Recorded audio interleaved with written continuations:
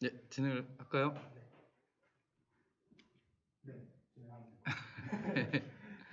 예, 반갑습니다. 사실은 이 영상을 보고 계시는 분들은 제가 보이시지만 저는 여러분들이 보이지 않습니다. 지금 이 노트북에 있는 까만 눈동자 같은 카메라를 보면서 이야기를 하고 있고요. 오늘 이야기를 드릴 내용은 사실 이제 그 이후에 이제 그 굉장히 전문적인 강좌들이 이어질 건데 저는 그거에 앞서서 왜 특히 예술인이 되고자 하는 지금 이 영상을 보고 계시는 분들이 자기 목소리를 내는 것이 중요한가라고 하는 부분에 대한 이야기들을 좀 해보고 싶습니다. 이 이야기를 한다면 역으로 이런 이야기가 가능하겠죠. 왜 그동안 예술인 혹은 그 예술인이 되고자 하는 당사자들이 목소리를 내지 못했는가라고 하는 이야기로 이어질 수 있을 겁니다. 저는 개인적으로 그것이 이제 개개인의 성품과 닿아 있다고 생각하지는 않습니다. 최근에 이제 사회적으로 논란이 되는 그 의사들의 파업이나 내지는 이 부분에서 나타나는 여러 가지 한국 사회에 굉장히 오래돼 있는 엘리트주의나 내지 이런 것들을 봤을 때 실제로 이런 것들을 그 당사자로서의 자부심을 떨어뜨리게 만드는 어떤 사회적 혹은 구조적인 맥락이 있다고 생각을 하고요. 그 부분에 대한 이야기들을 좀 주목해서 이야기를 진행해 볼까 합니다. 볼까요? 네. 사실은 지금 이제 코로나19 상황입니다. 사실 이 코로나19 상황을 우리가 맞이하면서 가장 직접적으로 느끼는 것은 뭐냐면, 우리가 되게 딱딱하다고 견고하다고 생각했던 것들이 이렇게 허술했어? 라고 하는 겁니다. 그러니까, 가장 대표적인 게 소위 이제 공공시설일 수 있습니다. 아마 이 영상을 보시는 분들 중에서도 예정이 되어 있었던 공연이나 내지는 행사가 취소되어서 굉장히 이제 난감함을 겪으신 분들도 계실 텐데 사실은 공공 부분이라고 하는 것은 굉장히 견고한 방식으로 구축이 되어 왔었다고 생각을 했습니다. 그런데 코로나19가 딱 터지니까 제일 먼저 폐쇄한 것, 그러니까 즉 우리는 이 기능을 할 수 없어요 라고 선언한 곳이 공공 부분이었다는 거죠. 사실은 이건 굉장히 시사하는 바가 크다고 생각합니다. 특히 예술 지원 정책처럼 공공의 의존도가 굉장히 높고 여전히 공공 주도의 정책이 굉장히 강한 영역 내에서 이렇게 공공 영역이 굉장히 빠르게 후퇴해버리면 사실은 그 광야에 그냥 당사자들이 덩그러니 남는 그런 상황이 됐습니다. 그래서 한국에서 굉장히 자랑했던 K방역 중에 하나인 뭐 공연장에서의 안전이나 이런 것들, 그 매뉴얼들이 사실은 공공에서 만들어진 것이 아니라 공연계 현장에서 만들어졌다라고 하는 것이 굉장히 시사하는 바가 크죠. 이 얘기는 우리가 이제 신뢰하고 믿고 있었던 공공 영역이 그런 실질적인 매뉴얼을 만들 수 있을 만큼 현장을 모르고 있다는 증거이기도 하지만 실제로 그 문제를 풀 수 있는 사람은 그 문제 직면에 있는 당사자일 수밖에 없다라고 하는 건 역시도 분명히 보여줬다고 생각을 합니다.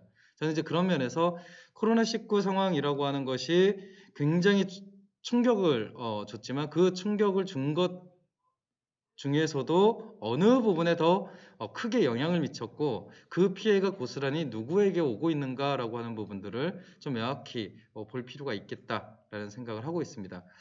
그런 면에서 사실은 문화정책, 특히 예술지원 정책에서 굉장히 견고한 것이라고 보여졌던 몇 가지 측면들을 한번 살펴보겠습니다. 이 표는 그 정부의 각 부처의 사업 중에서 국고보조 사업으로 집행하고 있는 사업 건수입니다. 그러니까 뭐 이를테면 여기 보이는 그 부서 중에서 뭐 외교부나 내지는 기획재정부가 있다. 그러면 여기서 진행되는 사업들이 있는데 그 사업들 중에서 국고보조 사업으로 집행하는 사업의 건수를 측정한 겁니다. 왜 이 국고보조 사업을 좀 중심에 놓고 보냐면 법률적으로 놓고 봤을 때 보조 사업이라고 하는 것은 민간에서 이미 하고 있는 것을 정부 재정을 통해서 이 민간에서 이미 하고 있는 것을 지원하기 위한 돈입니다. 그러니까 이것의 전제는 이미 민간이 존재한다는 것을 전제로 하고 있는 겁니다. 그리고 그 민간에서 그 사업을 하는 것이 굉장히 공익적이기 때문에 국가 재정을 통해서 보조를 해주는 것이죠. 사실 이런 성격에서 놓고 봤을 때 문화체육관광부가 제일 많은 보조사업 건수를 갖고 있습니다. 924건의 보조사업 건수를 갖고 있다는 건데, 이거는 다른 부처에 비해서 문화체육관광부의 사업들이 대부분 보조사업으로 되고 있고, 이 보조사업의 반대편, 그러니까 즉 주는 쪽은 문화체육관광부라고 하면 이것을 받는 측은 대부분 예술인들이 놓여 있다는 것입니다. 그러니까 정부와 예술인 간의 관계가 기본적으로 보조사업이라고 하는 형태로 짜여져 있다라고 하는 거고, 원리적으로만 놓고 보면 민간 부분의 자율성을 최대한 보장해주는 제도로서의 국고보조 사업의 건수가 많은 것이라고 볼 수 있습니다. 이 정도 얘기하면 무슨 소리? 내가 경험했던 국고보조 사업은 전혀 자율성은 찾아보기 힘들었는데 라고 하실 분들이 계실 텐데, 원리적으로는 그렇다는 겁니다. 그러니까 법에 나와 있는 국고보조금 관리법에 따른 국고보조 사업의 성격은 그러하다라고 하는 거죠. 그리고 이 구조가 굉장히 오랫동안 지속이 됐던 형태입니다. 근데 이제 문제는 이게 문제가 생겼을 때 탄력성이 굉장히 떨어진다는 데 문제가 있습니다. 이 탄력성이 떨어진다는 것은 뭐냐면, 국고보조 사업이라고 하는 것이 갑자기 민간이 사라질 수는 없잖아요. 그러니까 상대방이 사라지진 않습니다. 그런데 이 국고보조 사업을 집행하지 못할 일들이 생길 수 있는 거죠. 이를테면 상반기에 있었던 코로나19와 같은 상황입니다. 이 표를 보시면 잘 드러나지만, 실제로 매년 집행 실적을 보면 한 80%가 넘는 이제 집행 실적을 쭉 보입니다. 요 가장 진한 맨 오른쪽에 있는 바가 그것인데요. 2020년 상반기, 그러니까 올해 상반기의 집행 실적을 보시면 좋겠습니다. 예, 굉장히 낮죠. 11% 정도입니다. 그러니까 이 얘기는 뭐냐면, 상반기 올 한 해 편성됐던 문화재정 중에서 국고보조 사업 중에서 단 10% 정도만 상반기에 지출이 됐다는 것을 의미합니다. 그럼 그 90%는 어디가 있을까요? 그리고 더 궁극적으로는 그 90%의 재원은 누구에게 왔어야 하는 돈일까요? 사실은 이제 이게 코로나19가 드러낸 한국의 문화예술 지원 정책의 민낯이라고 볼 수 있습니다. 좀 더 직접적으로 얘기를 하면, 앞서서 말씀드린 대로 국고보조 사업의 성격이 민간에서 수행하고 있는 활동을 보조해주는 목적이라고 한다면, 실제로는 그 재원의 최종적인 수혜자는 그 사업을 수행하는 예술인이어야 합니다. 근데 그 원리에서 본다면, 상반기에 이렇게 국고보조 사업이 줄어들었다라고 하는 얘기는 어떤 뜻이냐면, 사실은 예술인이 대상이 아니었다는 것을 의미합니다. 왜냐하면 돈을 받을 사람이 사라진 건 아니에요. 다만 행사가 사라졌을 뿐입니다. 근데 행사를 하지 못했기 때문에 거기에 주기로 했던 돈을 안 주는 이야기가 됩니다. 근데 행사를 못한 사유가 이 보조금을 받는 사람들의 귀책이나 내지는 문제가 있어서가 아닙니다. 코로나19와 같이 예측하지 못한 일종의 재난적 상황이 생긴 거죠. 그러면 통상적으로 다른 산업 분야는 어떠냐? 이를테면 계약을 했습니다. 공사를 하기도 하고 무슨 용역을 하기도 하는 무슨 계약을 했다고 했을 때, 실제로 재난이나 내지 이런 누구의 귀책 사유도 아닌 사유로 문제가 생기면 보통은 어느 정도 비율은 보장해주는 제도들이 이미 있습니다. 예. 왜냐하면 그것에 따른 손실을 어느 일방이 볼 수는 없기 때문에 그렇죠. 그런데 문화예술 쪽 같은 경우는 그런 게 없습니다. 그냥 망했습니다. 예, 망한 거죠. 예, 돈을 안 주거든요. 그러면 이제 그것의 성격이 되게 분명히 드러나는 겁니다. 예술인을 위해서 돈을 주는 걸로 생각했는데 그게 아니라 예술인이 행사를 해야만 주는 대가성이었네. 그러면 그 예술 행사를 보는 시민들, 국민들을 위한 사업인 것이지 이게 왜 예술인을 위한 사업이야? 이렇게 돼버리는 거죠. 그래서 사실은 정부에서 하는 수많은 코로나19와 관련된 토론회에서 그 현장에 있는 예술인들이 그 주문을 했습니다. 상반기에 주기로 했던 국고보조금을 지금 줘도 좋다. 그러면 그 이후에 어떤 형태든 국민들에게 우리의 예술 창작 활동이나 내진 지원 사업의 결과가 가도록 하겠다. 그런데 행사나 내지는 공연이나 내지는 전시가 사라졌다고 해서 기존에 지급하기로 했던 예산을 주지 않으면 사실은 예술인은 창작 활동을 유지할 수가 없다라는 이야기를 했습니다. 근데 이 부분에 대해서 실제 집행이 되지는 않죠. 예, 않고 있습니다. 그러면 왜 이런 예술 지원 정책이라고 하는 구조가 만들어졌냐? 사실은 여기에서 이제 한국 사회의 문화예술 정책이 갖고 있는 어떤 역사적 맥락이 존재를 합니다. 사실 현재 그 한국 문화 정책의 가장 기본법이라고 할 수 있는 문화예술진흥법이요. 굉장히 많은 토론을 통해서 만들어진 법안이 아닙니다. 예, 그러니까 이를테면 유신을 앞두고 갑자기 만들어진 법이에요. 예. 그러니까 이제 유신이라고 하는 것은 국가의 정상적인 상태가 멈추는 것을 의미하거든요. 여기 이제 기사에 나왔듯이 비상사태 시 물가나 금리를 동결한다. 뭐 이제 이런 임금을 동결한다. 뭐 이런 얘기가 나오잖아요. 사실은 이런 비상조치가 나올 때 문화예술진흥법이 그냥 통과되어 버렸습니다. 그리고 그것의 가장 핵심적인 골자는 뭐냐면 기존에 있었던 그 문화예술 단체들을 국가가 지원해주는 관변단체로 만들기 위한 목적이 훨씬 더 컸습니다. 그래서 여기에 나와 있는 대로 문화예술진흥법안은 문화예술진흥을 위한 사업과 활동을 적극 지원해서 그 환경 여건을 개선하고 민족문화의 중흥을 이룩게 한다라고 하는 목적으로 이제 제정되기에 이릅니다. 사실 이때 1973년도에 만들어진 문화예술진흥법은 지금까지 전면 개정이 단 한 번도 된 적이 없습니다. 그냥 다만 문화예술의 장르를 조금씩 넓히는 방식으로의 변화만 있었을 뿐입니다.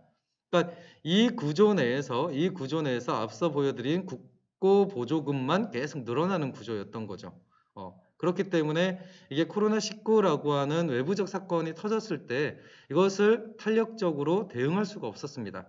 왜냐하면 기존의 1970년대에 만들어진 법률 체계에 의해서 일방적으로 공급하는 방식의 정책만 계속 택했던 것이었기 때문에 이게 말씀드린 대로 코로나19 때 공공 부분이 쫙 후퇴를 했잖아요. 그러니까 이제 수단이 없는 겁니다. 예, 이런 상황이 이제 벌어지게 된 것이죠. 그랬을 때 결국 이것은 그 어떤 의미에서 보면은 공급 체인의 붕괴 아니냐라고 하는 겁니다. 제가 이제 이 공급 체인의 붕괴라고 하는 표현을 쓴 이유는 요것 때문에 그렇습니다. 그러니까 코로나19가 한참 문제였을 때 미국에서 가장 큰 논란을 빚었던 것 중에 하나가요. 감자가 버려지는 겁니다. 근데 되게 신기하죠. 왜냐하면 사람들은 감자를 늘 먹잖아요. 그런데 감자를 재배하는 농가들이 감자를 버리기 시작을 하는 겁니다. 왜냐하면 그것을 최종 말단에 전달해줄 이 체인이 망가졌기 때문에 그렇습니다. 그러니까 어떤 일이 있었냐면 그러니까 미국은 감자 공급의 55%를 소위 최고의 말단에 있는 패스트푸드점이 그걸 소비하고 있었던 겁니다. 근데 패스트푸드점이 일종의 셧다운이 돼버리면 이 감자를 공급할 수 있는 데가 사라져 버리는 겁니다. 우리는 통상적으로 생각하면 아니 그러면 감자를 시장이나 내지는 다른 데로 좀 보내서 거기서 일반 가정에서 그것을 소비하도록 하면 되지 않아? 라고 생각하지만 한 번 패스트푸드점으로 공급 체인이 일원화되어 있는 상태에서 그것이 변경되기가 굉장히 힘들었던 겁니다. 그러니까 즉 생산지에서 그 감자를 필요로 하는 가구까지, 그러니까 즉 집까지 전달해 줄 수 있는 체인이 존재하지 않았던 거죠. 그래서 이들이 선택할 수 있는 방법은 그냥 땅에 묻는 거였습니다. 이게 양이 엄청났습니다. 엄청났습니다. 이 사진을 보면 더 기가 막히는데요. 감자산이 있어요. 근데 그 감자가 정말 필요한 사람들한테 공급이 되지 못하는 겁니다. 사실 코로나 사태 이후에 문화예술 정책도 바로 그렇습니다. 그러니까 돈이 없는 게 아닙니다. 여기 봤듯이 요 보라색 표가 점점 늘어나잖아요. 이 얘기는 문화예술 지원 정책이 계속 커진다는 뜻입니다. 왜냐하면 정부에서 맨날 자랑하잖아요. 문화예술 정책 예산이 전년 대비에 몇 프로 더 커졌습니다. 이런 걸 자랑한단 말이죠. 그런데 코로나19 사태가 터지면서 실제로 국고보조 사업 방식이 작동되지 않으니까 이 돈이 집행이 되지 못하는 거죠.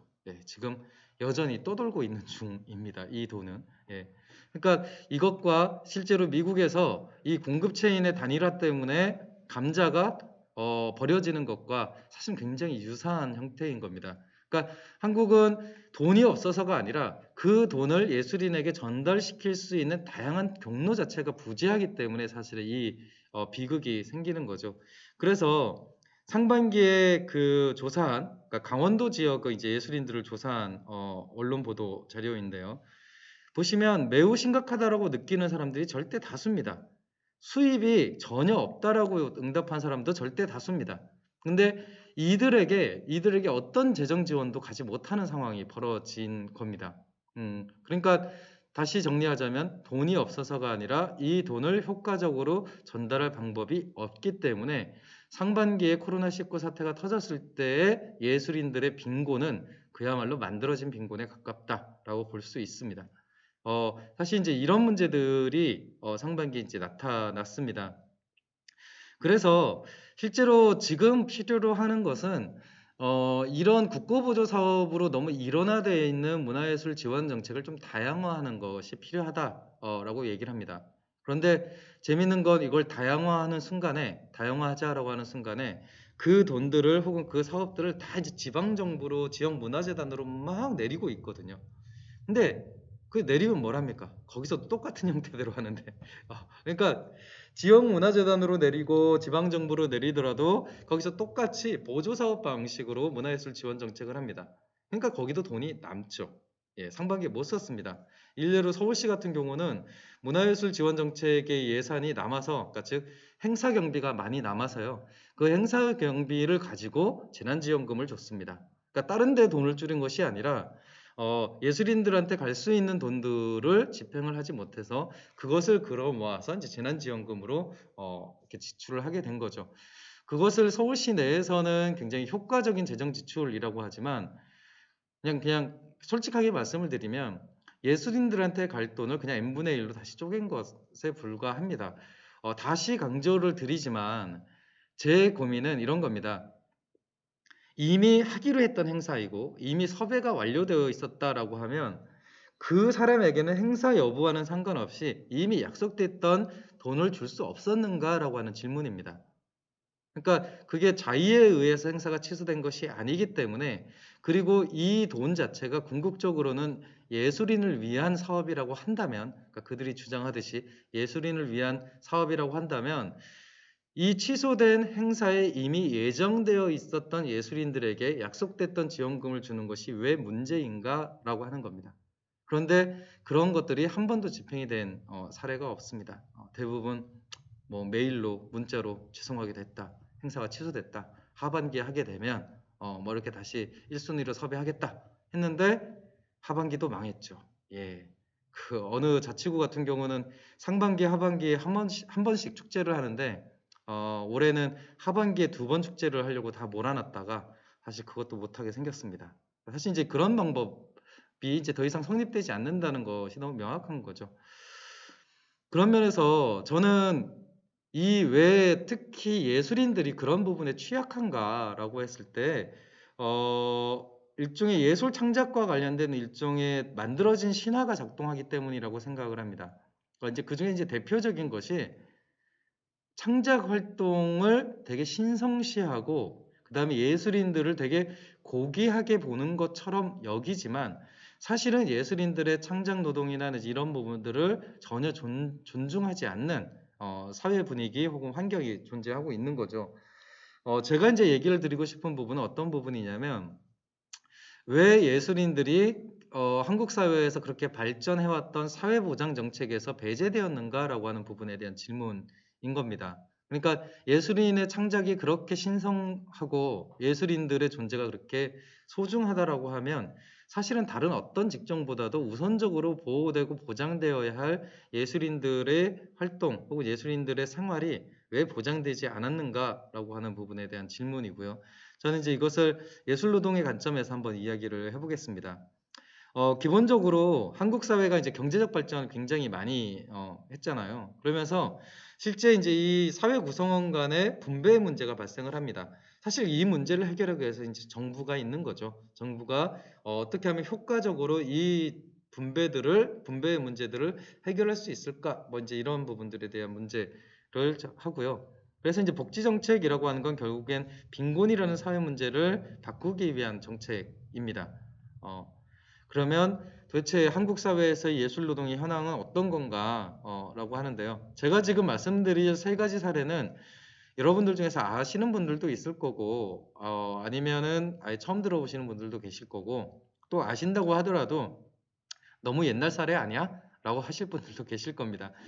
제가 좀 얘기를 드리고 싶은 부분은 제가 말씀드리는 지금 사례들이 지금은 그럼 사라진 거냐라고 하는 부분에서 한번 평가를 해주셨으면 좋겠습니다. 적어도 2012년도에 예술인복지법이 만들어진 맥락에서 이 세 가지 사례는 굉장히 중요한 배경이 됐거든요. 그래서 그때의 문제들이 지금 시점에서 과연 해소가 됐는가라고 하는 질문을 같이 해주셨으면 좋겠습니다. 첫 번째는 그 구본주라고 하는 조각가의 사례입니다. 이분이 굉장히 많은 그 창작 활동을 굉장히 열심히 하셨던 분입니다. 지금 여기에 보이시는 요 그림, 여기 이제 어느 그 중학교인가 고등학교에 있는 작품입니다. 그리고 이제 이렇게 그 전봉준을 이미지한 이런 조각 작품을 만드신 분인데 이분이 이제 2003년도에 교통사고를 당하세요. 이제 교통사고를 당하면 사실은 이제 보험회사에서 이제 그 보험 지급을 하잖아요. 보험금을 지급을 하잖아요. 그럼 이제 쟁점이 생기는 겁니다. 죽은 사람이 예술인인데 이 사람의 보험금 산정을 어떻게 하지? 여기서 이제 더 중요한 건 뭐냐면 보통 이제 직장인의 경우에는 이 사람이 퇴직할 때까지, 그러니까 즉 은퇴할 때까지의 자녀 수명을 쭉 해서 거기에 평균 임금을 곱해갖고 이 사람의 기대 수익을 만들어내는 공식이 있습니다.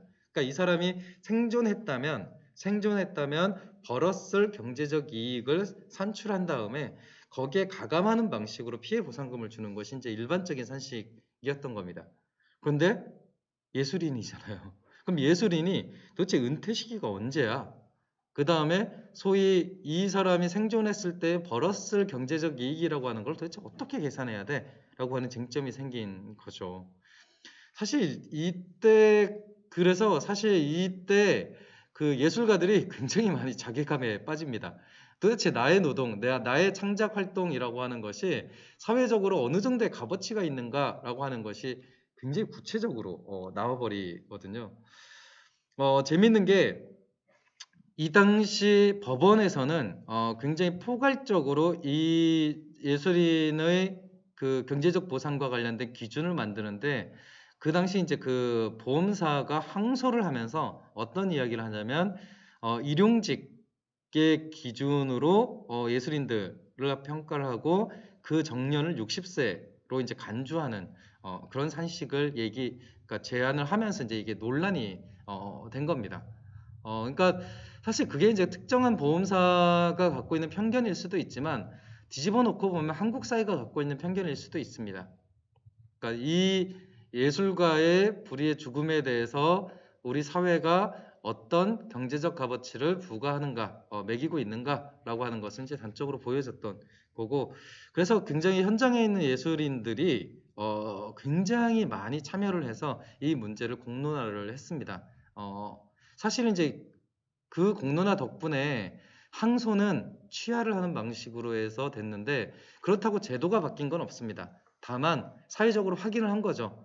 야, 예술인들한테 굉장히 뭐 우호적이고 되게 그 예술인의 가치를 굉장히 높이 치는 것 같았는데 알고 봤더니 별로구나 라고 하는 것이 이제 확인된 겁니다. 그래서 당시 한국 사회가 예술인을 하나의 직업으로서 인정하고 있지 않다라고 하는 것을 이제 명확하게 알게 된 거죠. 사실 그때 이제 증언들, 그러니까 인터뷰들 이런 걸 보면 그런 것도 있어요. 뭐 해외 출국하거나 내지는 뭐 이렇게 할 때 직업 표시란에 예술인이 없어서 기타로 이렇게 표시를 하고 있다. 뭐 이제 이런 식의 이제 증언들이 나오면서 왜 예술인이 정확한 직업으로서 평가되지 못하는가라고 하는 질문들이 많이 나왔습니다. 이게 이제 그 예술인의 직무에, 그러니까 일에 관련된 특수성이라고 하면 두 번째 질문은 바로 이제 이분의 죽음을 통해서 등장을 했는데요. 아시는 분들은 이제 아실 분인데 이분이 이제 도토리라고 하는 노래를 만들었습니다. 이게 왜 도토리라고 하는 것이 쟁점이냐? 굉장히 또 옛날 얘기를 해야 되는데요. 이게 도토리가 어, 온라인상에서 화폐 기능을 했던 일종의 그것의 별칭입니다. 그런데 이제 예전에 이제 배경음악, 뭐 블로그나 내지 이런 것들의 배경음악으로 이제 사람들이 그것을 선택하게 되면 그 음원에 대한 대가를 이제 지급을 해야 되잖아요. 그 플랫폼 사업자들이. 그런데 그 도토리라고 하는 전자화폐의 기능을 하는 그 플랫폼이 실제로 이제 이 BGM, 그러니까 배경음악을 사용하는 음악가에게 도토리로 지급했다라고 하는 소문이 돌았습니다.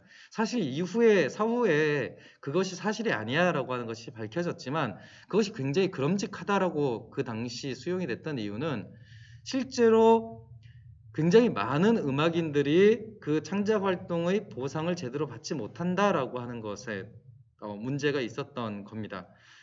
실제로 지금 현재도 그런데요. 그 음원들의 정산 비중을 놓고 보면 실제 노래를 부르거나 혹은 창작한 사람들이 전체 음원의 배분 비율에서 굉장히 낮은 수준을 갖고 있습니다. 그럼 대부분의 그 수익은 어디서 갖고 가느냐? 사실은 유통업자가 그걸 갖고 가고 있습니다. 그러니까 플랫폼 사업자들이 음원의 그 수익과 관련된 상당 부분을 갖고 가고 있는 형태입니다. 그래서 실제로 이 그 예술인들의 창작 활동을 통해서 만들어진 그 재화, 그러니까 즉 돈의 분배 방식이 어떠해야 하는가라고 하는 쟁점들이 터져 나왔습니다. 이걸 또 하면 또 제가 이제 옛날 사람 인증이 되는 건데 예전에 이제 휴대폰 사업자들이 막 경쟁할 때는요 어떤 것이 있었냐면 휴대폰 기본 앱에 음악 앱이 그냥 옵션으로 들어간 때도 있었습니다. 그 얘기는 뭐냐면 그냥 공짜로 음악을 들을 수 있는 앱을 휴대폰을 팔기 위해서 막 껴서 이렇게 줬던 사례들이 있습니다. 그렇게 되면 사실은 음악이라고 하는 것이 그 자체로 향유되는 것이 아니라 소위 기업의 마케팅이나 내지 이런 데 그냥 통으로 활용이 되는 형태인 거죠. 사실 그 문제를 바꾸기 위해서 굉장히 많은 노력들이 있었습니다. 어느 정도였냐면요. 음악인들이 최초로 거리 시위를 하기도 했습니다. 네. 그러니까 광화문 뭐 세종문화회관 이런 데까지 음악인들이 진짜 거리 시위를 했습니다. 얼마나 쑥스러웠겠습니까? 맨날 무대에 섰던 분들인데 근데 실제로 거리에 서서 시위도 하고 내 음악을 그렇게 함부로 다루지 마라 라고 했습니다. 그 덕분에 음원의 분배 비율이 그나마 개선이 됐는데 원칙적으로 놓고 보면 여전히 음원의 분배를 결정하는 위원회, 즉 이제 이걸 저작권위원회인데요. 거기에 음악인들이 들어가 있지는 못합니다. 예, 그러니까 여전히 당사자들이 내가 만든 노동의 대가를 분배하는 기구에 들어가 있지 못합니다. 사실 이 부분도 굉장히 중요한 부분이죠. 이거를 시각예술 쪽으로 보면 실제로 갤러리에서 판매되는 작품의 그 수수료나 내지는 비용과 관련된 부분이나 이런 것들로 연결이 될 수 있을 것 같고요. 출판 쪽으로 가게 되면 도서관에 비치된 나의 책의 저작권료와 관련된 내용들로 또 이어질 수도 있을 겁니다.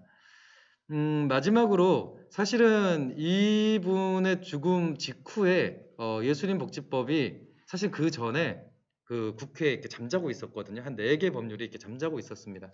근데 이분의 죽음 이후에 갑자기 예술인 복지법을 만들어야 돼 하면서 불과 한 6개월, 7개월 만에 그냥 법안이 뚝딱 만들어져 버립니다. 사실 이제 이 최고은 작가의 죽음이 이제 굉장히 한국 사회에 준 영향이 컸죠. 특히 이제 언론 보도를 통해서 나왔던 이 메모 때문이었는데 이분의 죽음 자체가 굉장히 그 충격적인 것도 있었지만 사실은 그 죽음의 형태라고 하는 부분에 굉장히 주목해 볼 필요가 있습니다. 기본적으로 굉장히 고립되어 있는 형태였던 거죠. 그러니까 우리가 이제 예술인들이 한 지역으로 가게 되면 그냥 마을 주민이거든요. 그렇잖아요. 마을 주민입니다. 동네 사람이에요. 근데 이 사람들이 실제로 지역의 네트워크나 내지는 관계망에서 거의 그냥 외따로 있는 경우가 굉장히 많습니다. 예술인이니까. 아니, 동네에서 예술인이라고 하는 걸 모르는 건 아니에요. 그런데 이 사람들이 기존의 마을에 있는 공동체나 내지 네트워크에 들어가기 굉장히 힘든 형태입니다. 그래서 실제 이 예술인들의 지역사회에서의 고립 문제 이런 부분들이 굉장히 크게 문제가 됐었고요. 그 다음에 이 모든 사람들 특히 기초생활수급자나 차상위 계층의 경우에는 긴급 구호라고 하는 정책이 굉장히 발달이 되어 있습니다. 그래서 제가 만약에 갑작스러운 실직을 해요. 그래서 제가 주민센터에 가갖고 내가 갑자기 일자리를 잃어서 그런데 이 부분에 대해서 지원을 받고 싶다라고 하면 기본적인 식료품에 대한 지원뿐만이 아니라 월 30에서 40만 원 정도의 긴급 구호금을 받을 수 있습니다. 그런데 예술인들은 그 대상이 되지 않아요.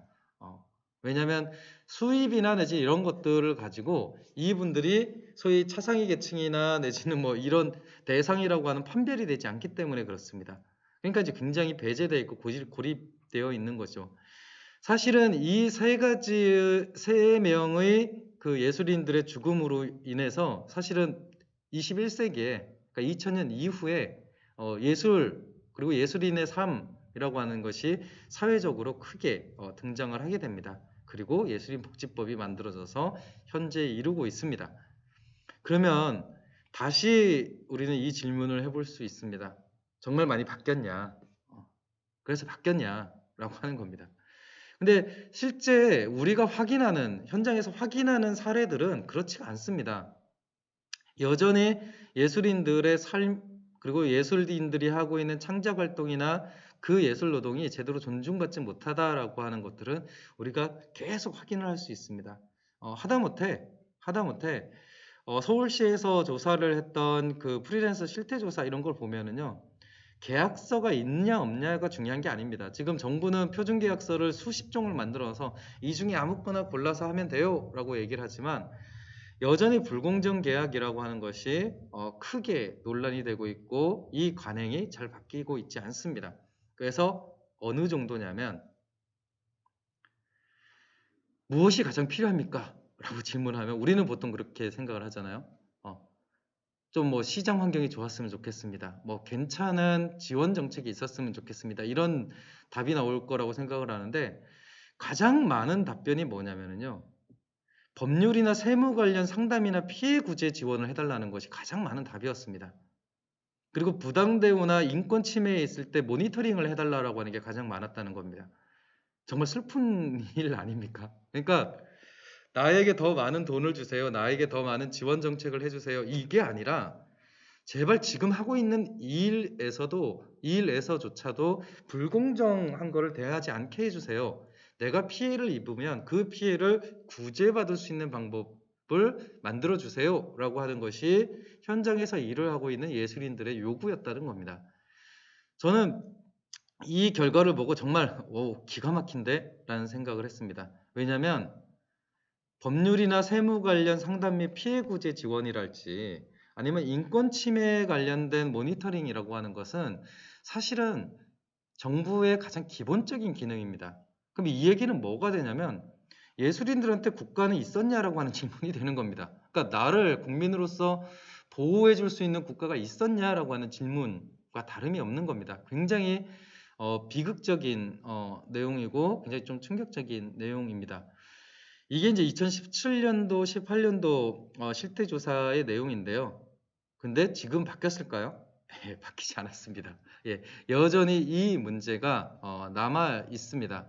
그렇기 때문에 사실은 이 예술인들의 권리보장과 관련된 부분이 권리보장과 관련된 부분이 굉장히 풀리지 않는 숙제로 남아 있는데 이 부분에서 우리가 한번 곰곰이 생각해 볼 필요가 있습니다. 왜 이게 잘 풀리지 않을까라고 하는 겁니다. 그러니까 예술 현장 그리고 예술인들이 요구하는 내용이 굉장히 명확한데도 불구하고 이것이 왜 법률로서 혹은 일반의 행정으로서 변화가 되지 않을까라고 하는 것은 몇 가지 이유가 있겠지만요. 가장 근본적으로는 이 법률을 만들고 그 다음에 이 행정 절차를 하는 관료 집단에서 이 문제를 중요하게 보지 않기 때문에 그렇습니다. 당연하죠. 만약에 내가 정말 심각한 문제라고 생각을 했으면 그 문제를 해결하기 위해서 어떻게든 노력을 하겠죠. 그런데 이런 상황이 있다는 건 알지만 그것이 다른 문제에 비해서 정말 우선순위가 될 만큼 시급해라고 했을 때 여전히 법을 만드는 국회에서든 아니면 이 관련된 정책을 하는 행정기관에서든 이것의 우선순위 혹은 중요성을 계속 낮게 보고 있기 때문에 그렇습니다. 그러니 이 문제가 풀리지 않게 되는 거죠. 그러면 다시 뒤집어서 놓고 보면 그쪽이 그렇게 태도를 취할 수 있는 이유는 뭘까요? 그것을 요구하는 쪽이 없기 때문에 그렇습니다. 네, 되게 단순한 겁니다. 그러니까 행정이나 내지는 국회는 어찌됐든 요구하는 힘이 세면 그것에 반응하려고 하는 속성이 있습니다. 그런데 실제로 그것을 요구하는 목소리가 굉장히 작거나 혹은 효과적이지 못하거나 혹은 무시해도 될 정도라고 생각합니다. 이게 사실입니다. 그래서 이제 저는 개인적으로는 예술 지원 정책, 특히 예술인 복지 정책과 관련된 이제 그 활동들을 해오면서 사실 제 개인적으로 가장 크게 부딪히는 부분이 뭐냐면은요. 상대방이, 그러니까 즉 행정 쪽에서 예술인들이 필요로 하지 않는다고 하는 얘기를 할 때 제일 부대낍니다. 근데 실제로 그런 일들이 벌어집니다. 한 예로 그 2018년에 그 정부에서 새로운 이제 예술 정책을 만들겠다 해서 이제 그때 의제 중에 하나가 지금 이제 입법화가 됐지만 예술인 고용보험과 관련된 논의가 있었습니다. 그러니까 예술인 고용보험을 선택제로 하니까, 그러니까 임의가입 방식으로 하니까 그 당시 고용보험을 가입돼 있었던 예술인이 10%좀 넘었나? 그 정도에 불과했어요.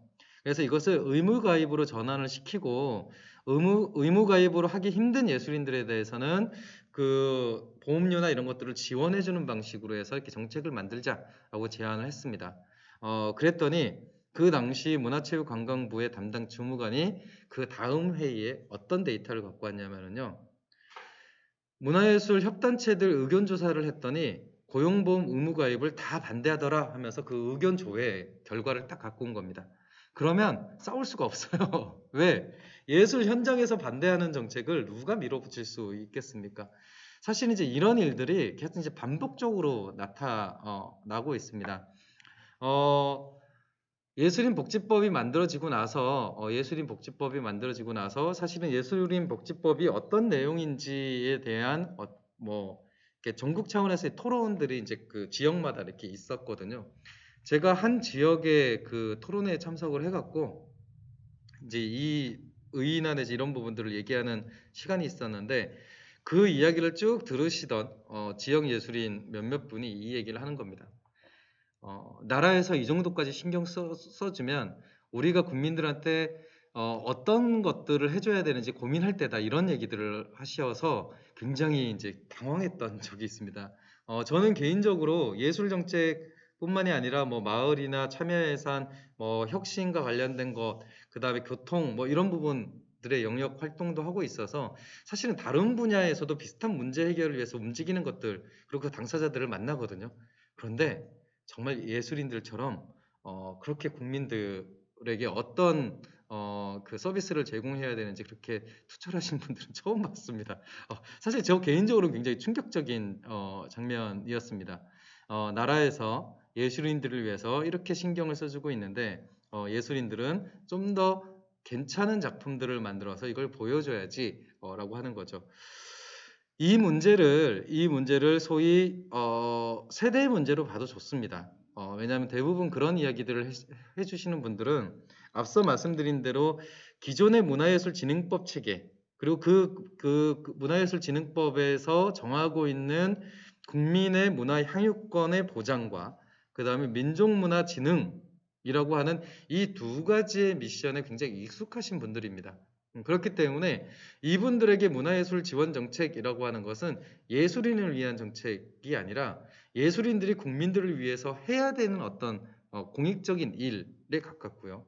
예. 그리고 그것의 결과가 소위 국가의 혹은 우리 지역의 문화예술 역량을 자랑하는 수월성을 그러니까 뛰어남을 보여주는 일종의 경연처럼 인식하는 경우가 굉장히 많거든요.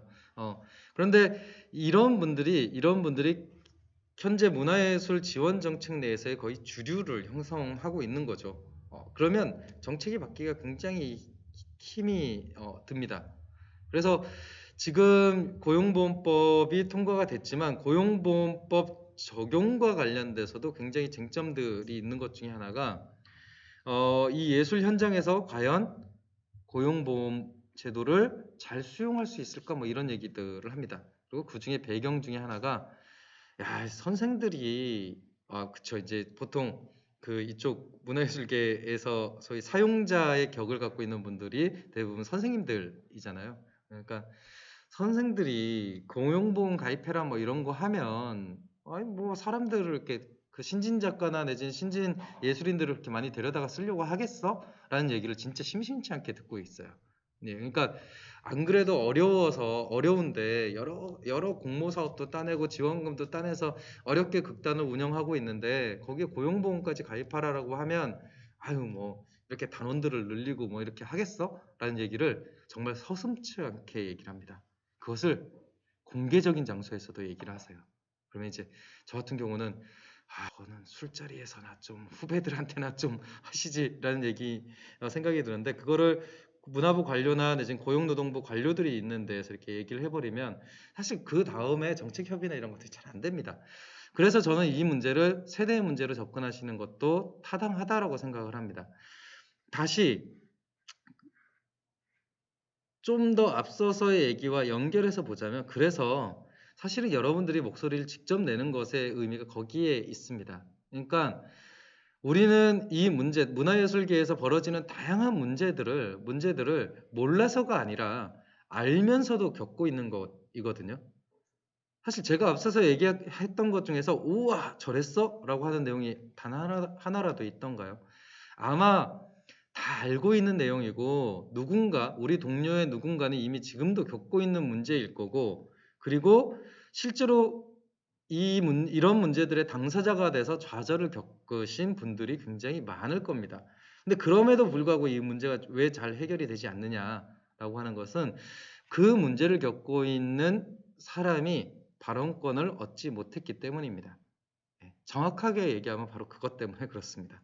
그래서 실제로 누군가의 목소리가 더 정책에 혹은 제도에 영향을 미칠 수 있는가라고 하는 부분에 대한 고민을 굉장히 구체적으로 하실 필요가 있습니다. 그런 면에서 저는 이 예술인들이 처해 있는 굉장히 복합적인 상황을 분리해서 생각하는 것이 아니라 이것을 굉장히 종합적으로 접근을 해야 된다고 생각을 합니다. 그러니까 예술인은 생활을 하는 생활인이기도 합니다. 그러니까 최소한의 생계 보장이 필요한 생활인인 거죠. 그런 면에서는 굉장히 적정한 수준의 보상 체계가 만들어질 필요가 있습니다.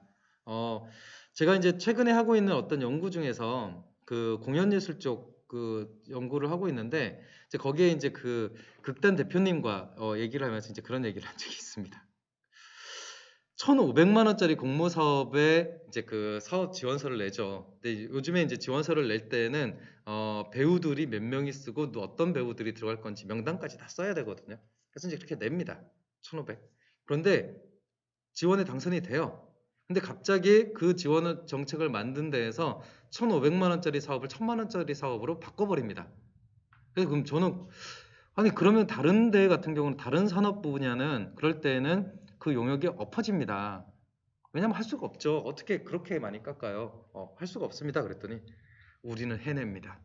그래서 1,500만 원짜리에 맞춰놓은 그 공연 계획을 1,000만 원짜리에 맞춰서 그걸 다시 수정해서 냈다고 하시더라고요. 그래서 도대체 어디가 줄여지는 겁니까? 라고 했더니 첫 번째로 줄여지는 것이 배우 페이였습니다.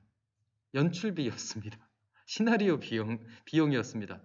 그 상황에서도 안 줄여지는 것이 있습니다. 그게 대관료 뭐 이런 겁니다.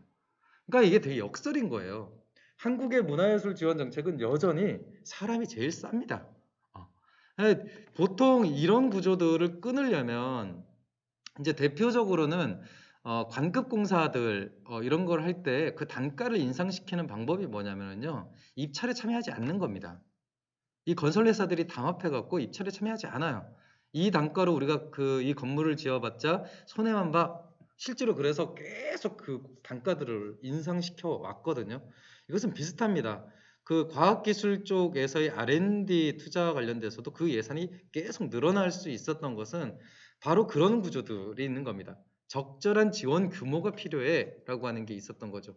근데 문화예술 쪽 같은 경우는 여전히 1,500만 원짜리가 1,000만 원이 되어도 수행이 가능하고, 그리고 1,000만 원짜리 사업을 받고 또 10%를 뗀단 말이죠. 왜냐하면 거기 계약부서 실적 때문에 떼는 거거든요. 이유가 없습니다. 그냥 계약부서 입장에서는 10%를 감해서 계약을 하면 자기네들 부서 인센티브가 되거든요. 그래서 그냥 감하는 건데, 그런 방식에 너무 익숙해져 있고 그것을 해낸단 말이죠. 사실은 그 사업이 엎어지거나 혹은 어떤 지원 사업이 진행이 안 돼 버리면 굉장히 사회적으로 큰 논란이 만들어지고 문제가 될 수 있을 텐데, 아직까지 문화예술 지원 정책 내에서는 그런 사례가 없습니다. 그러니까 관행적으로 그런 일들이 벌어지는 거죠. 그러면서 이 공정한 보상 체계, 적정 보상과 관련된 것들이 사실은 현장에서 좀 이야기가 될 필요가 있습니다. 마지막으로는 이제 활동 보장이 돼야 되는 거죠. 계속 창작 활동을 할 수 있게끔 그 직업으로서 예술인의 삶을 살 수 있도록 지원해 주는 것이 필요합니다. 근데 이 부분에 대한 존엄성이 계속 보장이 되지 않으면 사실은 예술인이라고 활동하기가 굉장히 힘든 상황이 됩니다. 저는 그런 부분에서 정책 쪽에서, 그러니까 특히 그 문화행정 쪽에서 모든 시민이 예술인이다라고 하는 것을 일종의 슬로건이 아니라 사실명제로 이해하는 것은 정말 잘못된 일이라고 생각하는 편입니다. 근데 진짜로 그걸 사실이라고 생각하고 있어요. 예, 모든 시민은 예술인이다. 그래서 실제로 오랜 기간 습득하고 숙련해 갖고 만들어진 어떤 예술적 기회, 이 테크닉 혹은 기술이라고 하는 것들을 굉장히 폄하하는 시각들이 굉장히 큽니다. 그런데 모든 시민이 예술이다라고 하는 거, 예술인이다라고 하는 것은 일종의 상징이고 가치 체계이지 사실 명제는 아니거든요. 근데 이거를 너무 직접적으로 얘기를 하고 있는 거죠. 그래서 저는 개인적으로는 그 일, 그 활동, 그 직무의 존엄성을 지키는 부분은 사실은 외부에서 지켜주는 것이 아니라 당사자들이 그것을 요구할 때 만들어질 수 있다라고 생각을 합니다. 당연하겠죠. 사실 자기의 지위, 자기의 위치, 그다음에 자기의 요구라고 하는 것들이 이야기되지 않으면 사실 누구도 그걸 관심을 두지 않거든요. 그래서 그런 부분에 대한 것들을 좀 고민을 해보면 어떨까 싶고요. 그런 면에서 얘기를 좀 드리고 싶은 부분은 회복력과 관련된 내용입니다. 그러니까 지금 코로나19 상황이 터지고 다시 공공 부분이 이렇게 셧다운이 되면서 결국엔 버티기라고 이해하시는 예술인들이 굉장히 많습니다. 어떻게든 버텨서 이 상황이 좀 완화되면 그래도 좀 나아지겠지. 뭐 최근에 뭐 갑자기 온라인 관련된 공모 사업이 갑자기 쏟아지기 시작했어. 뭐 이런 얘기, 뭐 이제 이런 것들 이제 나오고 있는데, 사실은 그런 방식으로는 이 그 위기의 시대에 제대로 그 생존을 하기가 굉장히 힘듭니다. 그러면서 좀 고민을 해보았으면 좋겠다라고 하는 개념은 회복력과 관련된 개념입니다. 그러니까 회복력이라고 하는 것은 이 단어의 뜻을 정확하게 이해를 하시려면 이걸 뭐랑 비교하면 좋냐면요, 예방이랑 비교하면 좋습니다. 그러니까 예방은 어떤 일이 생기는 것을 미연에 방지한다는 뜻이잖아요. 그런데 코로나19 사태나 이런 것들이 미연에 방지가 가능한 걸까요? 그냥 갑자기 터지는 거죠. 예, 일종의 재앙 같은 겁니다. 그랬을 때 필요한 것은 예방 정책은 거기에 별로 기능을 하지 못합니다. 왜냐하면 일이 벌써 터졌기 때문에. 그러면 그 상황에서 필요한 건 뭐냐면 그 위기를 어떻게 하면 가장 빠르게 기존의 상태로 돌릴 수 있는 역량이 있는가가 가장 중요한 가치 중에 하나입니다. 그런 면에서 보면 과연 지금 코로나19 상황에서 정부나 혹은 지방정부 각종 재단들이 하고 있는 문화예술인 지원 사업이라고 하는 것이 이런 회복력을 만들어줄 수 있는 사업인지에 대한 평가가 필요합니다.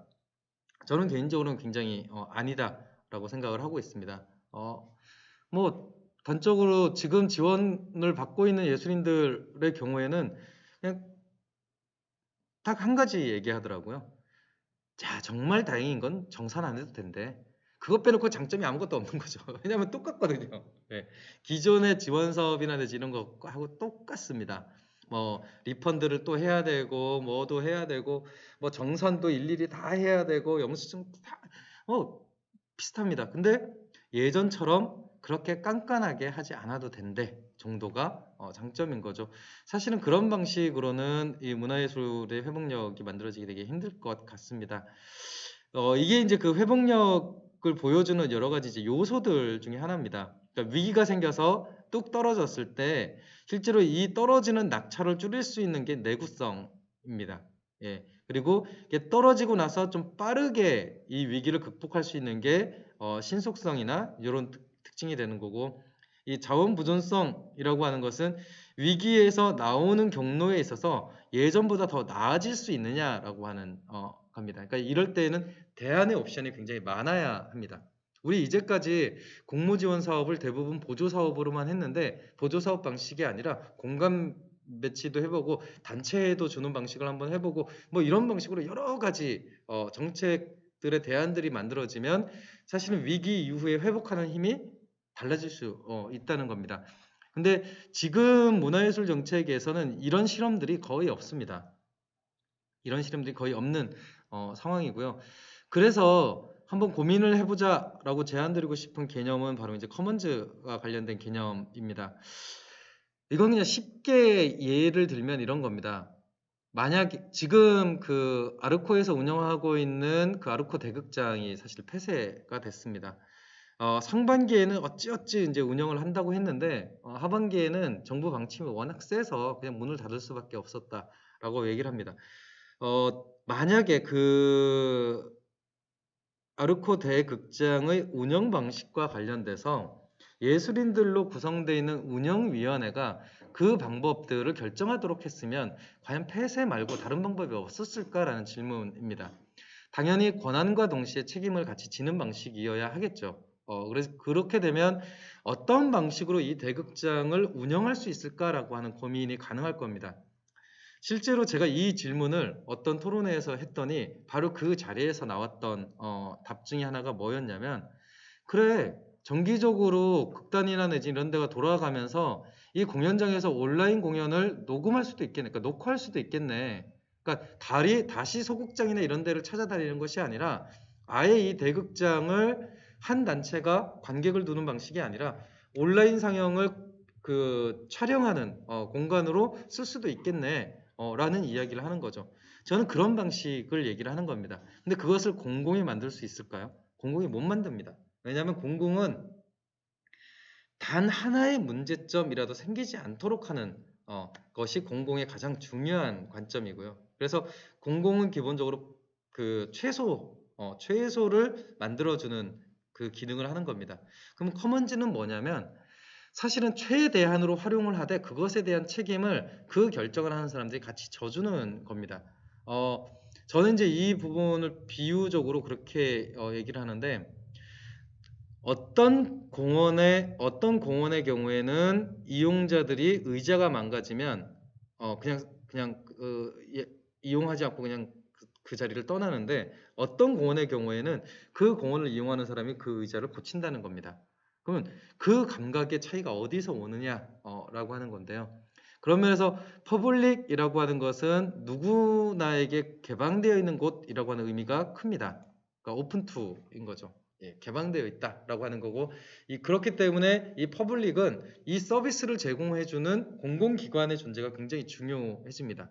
왜냐하면 여기서 책임지고 오픈을 하는 거거든요.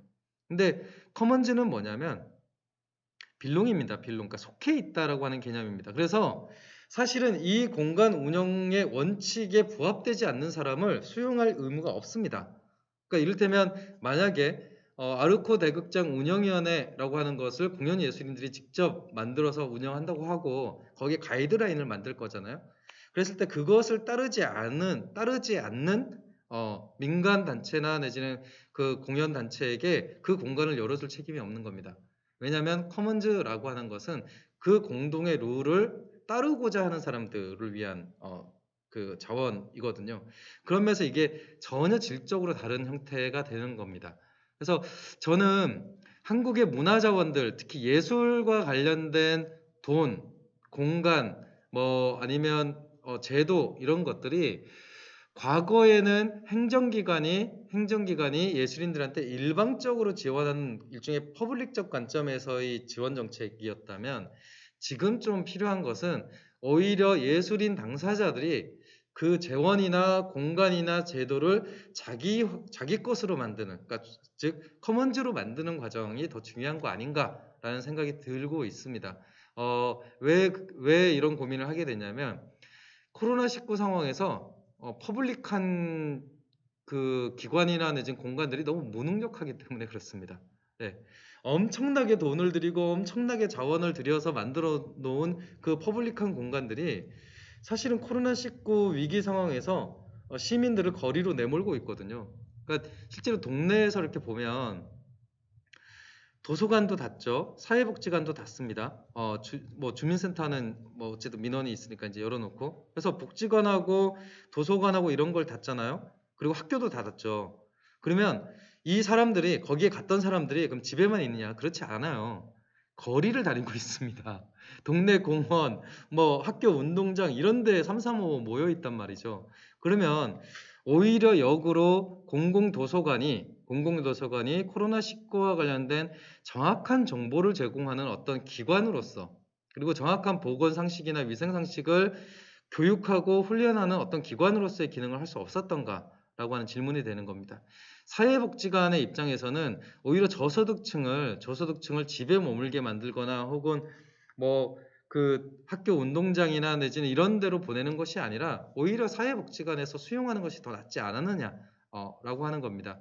그런데 현재의 공공은 그것을 할 역량이 되질 않습니다. 특히 예술인 정책과 관련돼서는 저는 예술인 당사자들이 이 행정 과정에서 실제로 우리가 한번 해보겠다라고 하는 목소리를 냈으면 좋겠다라는 생각이 굉장히 큽니다. 뭐 아시잖아요. 그 다른 정부 정책에 보면 막 기업가들이 막 제 정부 관료로도 들어가고 그렇잖아요. 막 현장에 있는 사람들이 막 들어가고 그러잖아요. 근데 예술인들 중에서 실제로 이 행정 관료가 되는 거는 장관이나 내지 이런 것처럼 굉장히 상징적인 자리 빼놓고는요. 실무적인 권한을 갖고 있는 자리에 예술인들이 온 적은 거의 없습니다. 대부분 그렇습니다. 그래서 사실 예술인들이 실제 이 행정이나 내지는 재원을 분배하고 공간을 관리하는 부분에 좀 당사자로 나섰으면 좋겠다라고 하는 고민이 있습니다. 그리고 그거는 예술인이어서가 아니라요. 이미 다른 영역에서는 하고 있기 때문에 그렇습니다. 여러분들이 그 경험하신 분은 계실 수도 있는데 지역에 그 주민자치회라고 하는 조직이 지금 만들어지고 있습니다. 이 주민자치회는 기존의 주민자치위원회랑은 전혀 다른 조직이고요. 그래서 이 주민자치회의 가장 중요한 기능 중에 하나가 뭐냐면 지역에 있는 주민자치센터를 위탁 운영하는 권한을 갖고 있습니다. 그러니까 주민조직이요. 지역에 있는 주민센터를 운영하도록 지금 권한이 부여되고 있다는 것을 의미합니다. 아니 지역에 있는 주민들이 지역 주민센터를 그렇게 위탁 운영할 정도의 권한이 분배되고 실제로 거기에 재원이 이렇게 들어가고 있으면 왜 동네의 아트센터나 내지 이런 것들은 지역에 있는 예술인들이 운영을 못하냐는 겁니다. 그러니까 조그만한 소극장이나 뭐나여도 다 그 시설 관리를 하는 사람들이 주도를 해갖고 이 공간을 운영하고 있잖아요. 근데 그런 게 아니라 공간 운영과 관련돼서 왜 지역에 있는 예술인들이 그 운영에 주체가 되지 못하는가라고 하는 질문을 던질 때가 된 거죠. 이것을 만약에 대학으로 넘어오게 되면 실제로 대학에서 보유하고 있는 다양한 공연장이나 내지는 그 시설들, 문화시설들의 사용권이 과연 존재하는가라고 하는 질문으로 이어질 수도 있습니다. 그러니까 실제 이런 부분들에 대한 접근이 잘 되지 않으면 어떤 면에서는 되게 억울한 거죠. 이를테면 이 비유가 정확할지는 모르겠으나 만약에 제가 이공계라고 하면 저한테 실험실은 저의 공부에 있어서 반드시 필수 불가결한 걸 겁니다. 그렇죠. 근데 제가 랩을 이용하는데 막 시간 제약이 있고 누군가의 허락을 받아야 되고 허락을 받지 못하면 아예 그것에 접근할 수 없다라고 해버리면 사실은 저는 이공계 학생이라기보다는 오히려 제가 인문 쪽이어서 이거 비하는 아닌데 그냥 강의실에만 있는 거죠. 예, 그렇게 되는 겁니다. 근데 만약에 예술대 학생들이 그 대학이 보유하고 있는 문화시설이나 공연시설이나 내지는 각종 그런 시설들에 접근할 권한이 없다라고 하게 되면 사실 그건 좀 심각한 것 같아요. 왜냐하면 실험실이 없는 이공계 학생 같은 느낌이거든요. 그래서 사실 그런 것들의 확장이 사실 우리 사회에서도 여전히 나타나고 있다는 겁니다. 그러니까 이게 따로따로 존재하는 것이 아니라 실제로 이 사회 구조 내에서 하나의 관행화되어 있고 관습화되어 있는 어떤 태도들이 대학이라는 공간에서도 다른 형태로 나타나고 있는 거고요. 만약에 여러분들이 어떤 그 갤러리나 혹은 뭐 어디 그 미술, 예술과 관련된 기관에 취업을 하더라도 거기서의 태도들도 거의 비슷할 겁니다. 그러니까 이런 것들이 계속 반복적으로 나타나고 있는 것이기 때문에 그게 어느 한 곳에서라도 대안을 만들어서 뚫지 않으면 아마 다른 방법이 만들어지기 굉장히 힘들 것 같다라고 하는 겁니다. 그러면서 이제 저는 개인적으로는 예술인들이 지방자치단체마다 예술인 참여 예산 이런 것들을 좀 요구해야 된다고 생각을 해요. 왜냐하면 예술지원정책 그 예산들이 굉장히 많거든요. 그리고 공모사업, 지원사업 이런 것들이 굉장히 나열식으로 돼 있잖아요. 그러면 그 중에서 일부분만이라도 예술인들이 스스로 필요한데 그 자원을 재분배할 수 있는 권한을 갖는다면 그것이 정말 불가능할까 싶은 겁니다.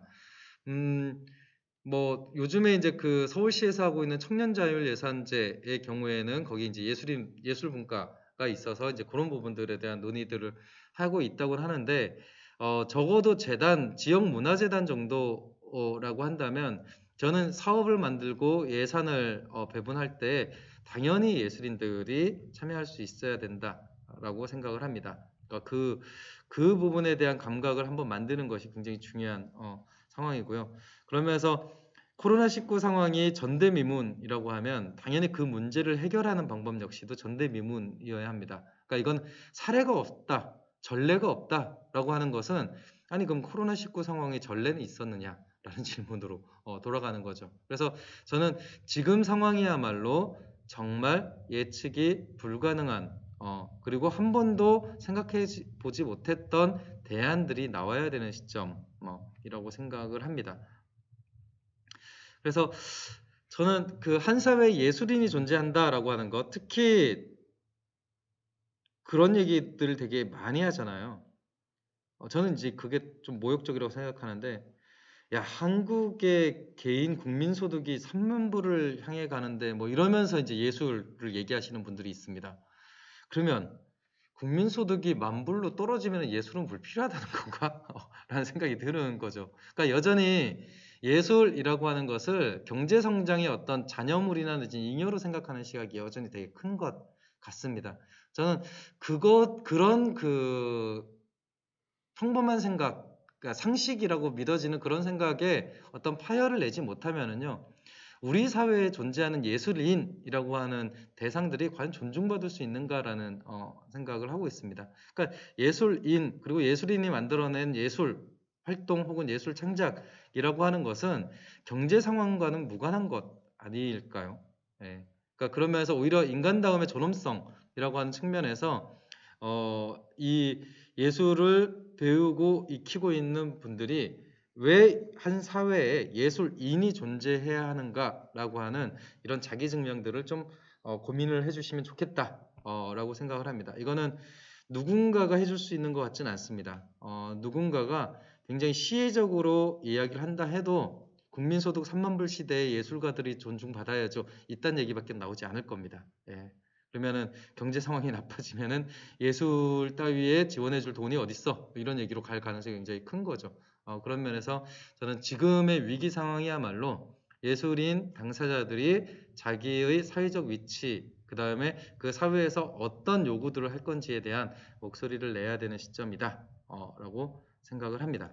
그리고 그런 부분을 포기하지 않으셨으면 좋겠습니다. 제가 이제 드리고 싶은 이야기는 끝이 났습니다. 정리를 하자면 한국의 문화예술 지원 정책은 굉장히 견고하고요. 그리고 그 문화예술 행정의 견고함을 떠받치고 있는 여러 가지 틀들이 존재합니다. 그게 하나가 아까 이제 사례로 얘기했던 문화예술 생태계 내에서의 기득권 구조가 존재를 하는 거고요. 여전히 그 기존의 관행적인 그 예술 지원 정책에 익숙해 있는 소위 우리식으로 얘기하면 선생님들 그룹들이 존재하는 거고요. 그리고 그 다른 한편으로는 그 기득권 구조를 끊임없이 학습시키는 교육기관의 문제가 있습니다. 실제로 이 교육기관은 굉장히 많은 예비 예술인들을 배출시키지만 그 예비 예술인들이 사회에 정착하는 데 도움이 되는 혹은 기여를 하는 역할을 거의 하나도 하지 않습니다. 그냥 쏟아내는 겁니다. 그래서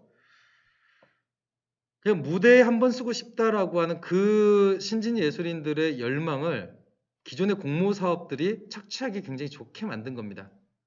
이건 진짜 역설입니다. 실제 그 얘기를 들었거든요. 왜 이 공정보상이나 이게 잘 안 돼요? 라고 얘기를 하면 일단 무대를 쓰고자 하는 예술인들이 너무 많습니다. 돈을 받지 않더라도 무대에 쓰거나 돈을 받지 않더라도 작품을 전시하고 싶은 예술인들이 너무너무 많습니다. 한 예로 지금 김천 그 문화예술회관에 이제 그 사고가 굉장히 논란이 되고 있잖아요. 근데 이제 그런 것들도 이 공연 조건이 되지 않는 시설물에도 그렇게 서야 되는 상황이 있는 거죠. 그분의 경우에는 이제 아르바이트 때문에 일을 하신 상황이지만 비슷하게 지역마다 조그마한 연극제 이런 것들을 할 때 200만 원, 300만 원을 준단 말이죠. 교통비 안 주고 이러는.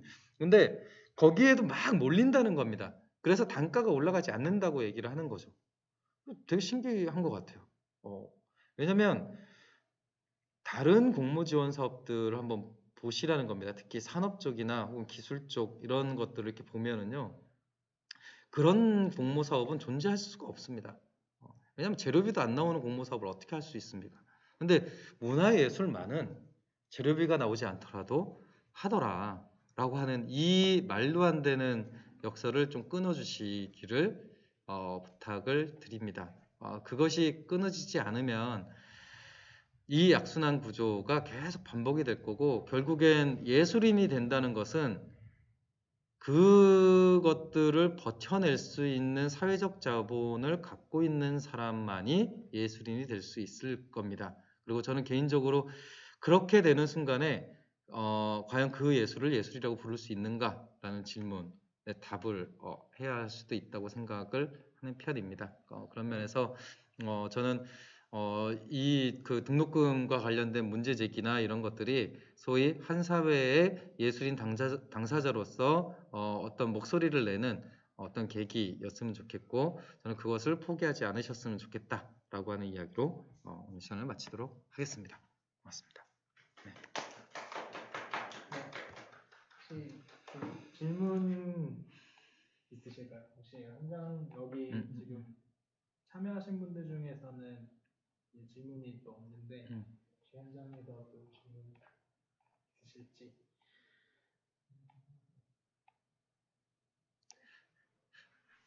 예. 없으시면 마지막 이야기를 하고 마칠게요. 그러니까 저는 기대하지 않으셨으면 좋겠어요. 그러니까 여기 있는 저를 포함해서 실제로 기존의 현장에서 목소리를 냈거나 내지는 이야기를 하고 있는 사람들에게 뭔가 기대를 하시기보다는 차라리 여러분들이 그 역할을 해주셨으면 좋겠습니다. 그리고 뭐 솔직히 그렇잖아요. 그 예술에서의 한 장르가 바뀌고 어떤 사조가 바뀌는 것은 그 안에서 인정투쟁을 통해서 성취하고 만들어내는 것이지 누구도 양해돼서 그런 것들이 만들어지지는 않거든요. 저는 한국의 문화예술 행정 혹은 문화예술 생태계가 갖고 있는 구태 역시도 지금 갖고 있는 분들이 스스로 마음을 바꿔서 나아질 가능성이 거의 0에 가깝다고 생각을 합니다. 그러면 결국엔 그것들을 바꿔내는 것은 그 바꿔냄으로써 가장 많은 이해관계가 달려 있는 사람들이 사실 그걸 바꾸셔야 됩니다. 그런 면에서 사실 여러분들이 그런 역할을 좀 해주셨으면 좋겠다 라는 생각을 꼭 강조를 드리고 싶습니다. 그러면 네. 질문이 없어서 제가 조금 네. 저는 좀 구체적으로 무엇을 좀 해볼 수 있을까라는 생각들이 좀 들고 그리고 현장에서 그래도 많은 강사들이 체념하고 살아가는 사람들도 많지만 그래도 이것들을 바꿔보자 하고 이제 하시는 분도 많잖아요. 예술인 소셜 인디언도 그러면은 좀 그런 선배 그룹들이랑 그리고 뭔가 좀 이렇게 같이 오는 그런 그룹들이랑 같이 조금 함께 해볼 수 있는 것들은 뭐가 있을지 생각나는 게 좀 있으시다면. 그러니까 저는 여러분들이 주체가 돼서 그런 분들을 불러 모으셨으면 좋겠습니다. 네, 그러니까 활용을 하시는 거죠. 그러니까 저는 구태여 예우받거나 혹은 존중받는 자리로 초청될 필요가 없다고 생각을 합니다. 오히려 여러분들이 주가 돼서 그 의제 혹은 그 주제에 대해서 책임이 있거나 혹은 이야기를 해줄 수 있는 그런 그룹들을 불러서 끊임없이 얘기를 듣고 질문을 던지고 그다음에 그 부분에 대한 태도들을 요구하시는 것이 더 맞다라고 생각을 합니다. 왜냐하면 지금 이제 말씀하신 그 단체들이나 혹은 그 이후 다른 뭐 협단체나 이제 여기 계신 선생님들은 살아남기에 성공하신 분들입니다. 그러니까 굉장히 많은 수가 사실은 40대까지 예술활동을 하면서 결국에 살아남는 경로로 가지 못하잖아요. 근데 지금 어쨌든 주류 단체들이라고 부를 수 있는 예술 단체들은 대부분 40대 이후의 당사자들이 모여 있는 곳입니다. 그러니까 그분들이 사실 지금 막 이 예술 생태계로 들어가는 여러분들한테 무슨 얘기를 할 수 있을까요? 1차적으로 살아남아서 와봐 이렇게 될 거거든요. 굉장히 모욕적인 얘기를 하게 될 것 같아요. 그래서 저는 그냥 그렇게 하지 말고 그냥 불러서 그때그때 필요한 얘기들을 요구하고 그것에 대한 태도를 요구하시는 것이 훨씬 더 맞다고 생각합니다. 이를테면 뭐 예술대 교수님들이라고 하면은 당신네 학교에서만이라도 이렇게 좀 바꿔보는 게 어떻겠느냐, 뭐 이런 것들 그런 거잖아요. 왜 예술대에서 그러니까 그 표준계약서나 내지 이런 것들 얘기 계속 나오는데 왜 예술대에서 학부 과정으로 그게 없냐는 겁니다. 그러니까 공정계약이나 내지 이런 것들이 왜 없냐는 겁니다. 그리고 인권교육 왜 안 하냐는 겁니다. 아니 너무 이상하잖아요. 사회에서 계속 미투 터지고 난리가 나고 있는데 아니 왜 이렇게 안 바뀌죠? 저는 그건 요구를 해야 되는 거라고 생각합니다. 필요성을 못 느끼니까 그분들은 그러니까 그게 되게 신기한 것 같아요. 저는 그 활동을 하면서 그 대학에서 활동하고 있는 교수분들이랑 이렇게 얘기를 하는데 이거를 한탄하기도 해요. 그럼 저는 물어보거든요. 예종에는 있으세요? 없어요. 서울과기대에는 있으세요? 없어요.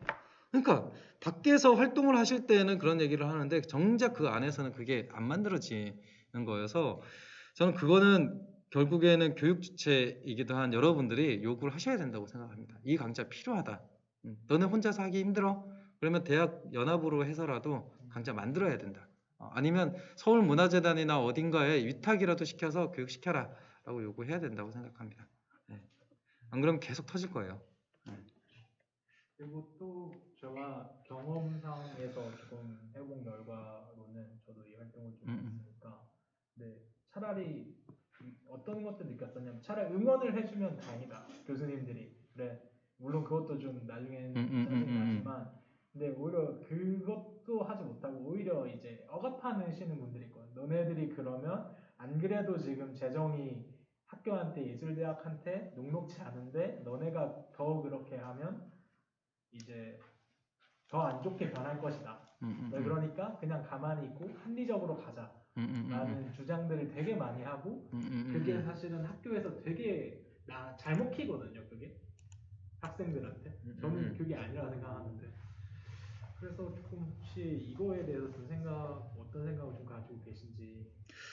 그러니까 사실은 저는 그 예대넷이라고 하는 단체 자체가 개별 학교 단위에서의 문제 해결이 힘든 어떤 사회적 환경이나 내지는 배경 때문에 있다고 생각을 하는 편이에요. 그러면 이 활동에 있어서 가장 중요한 건 뭐냐라고 했을 때 아주 구체적인 사례 하나라도 만드는 겁니다. 그러니까 그런 면에서 저는 모든 대학을 다 바꾼다라고 하는 것이 좋기는 한데 그것이 아니어도 일종의 그러니까 좀 따라할 수 있는 하나의 사례만이라도 만들어내는 것이 이제 굉장히 중요한 형태일 것 같고요. 재밌는 건 기성세대일수록 사례가 있으면 혹은 누군가 하고 있으면 꼭 해야 된다는 강박이 있습니다. 왜냐하면 저기도 하는데 우리도 해야지 뭐 이런 게 있거든요. 그건 이제 대학과 같은 권위적인 기관일수록 그런 게 되게 셉니다. 예, 그래서 저는 그런 괜찮은 사례들을 단 한 곳이라도 만드는 방식, 의 접근이 어떨까라고 하는 고민이 있고요. 그리고 지금 뭐 이렇게 준 댓글 중에서 페이를 못 받고 뭐 이제 이런 부분 관련된 내용 하고 뭐 이렇게 나오는데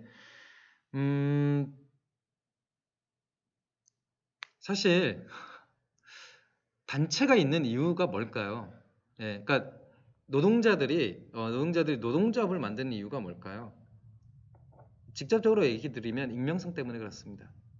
그러니까 개인으로는 싸워서 이겨낼 수가 없기 때문에 사실은 조직을 만들어서 그 조직의 익명성을 통해서 그 개인을 보호하는 것입니다. 만약에 예대넷이 됐던 이후에 등록금 투쟁과 관련된 어떤 조직이 만들어지면 그 조직으로부터 보호를 받는 것이 좋습니다.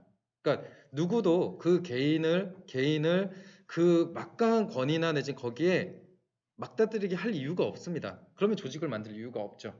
예, 그건 이제 열사가 필요한 거고 영웅이 필요해지는 건데 그럴 필요가 없습니다. 그래서 저는 지금 개개인이 갖고 있는 어떤 그 경험들이 있잖아요. 이런 것들이 사실은 예대넷이 됐던 아니면 이 예술대 등록금 문제를 이제 공론화시킬 그 조직이 됐던 그 조직의 전체의 틀, 그러니까 집단의 요구로 반영이 되어야 한다고 생각합니다. 그리고 그 과정에서 이 개개인들이 처한 상황이나 내지 사례들이 다 공개되었으면 좋겠습니다.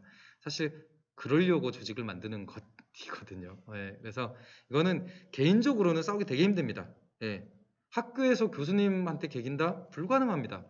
솔직히 그렇게 하는 사람도 별로 없지만 불가능합니다. 그런다고 바뀌겠어요? 교수 입장에서 한 명 학교에서 내보내는 게 얼마나 쉬운데 그렇게 바뀌겠습니까? 안 바뀝니다. 그래서 저는 그러면서 개인이 아닌 조직 혹은 단체와 관련된 고민들을 좀 더 실질적으로 해보시는 게 좋겠다. 예. 있습니다. 네.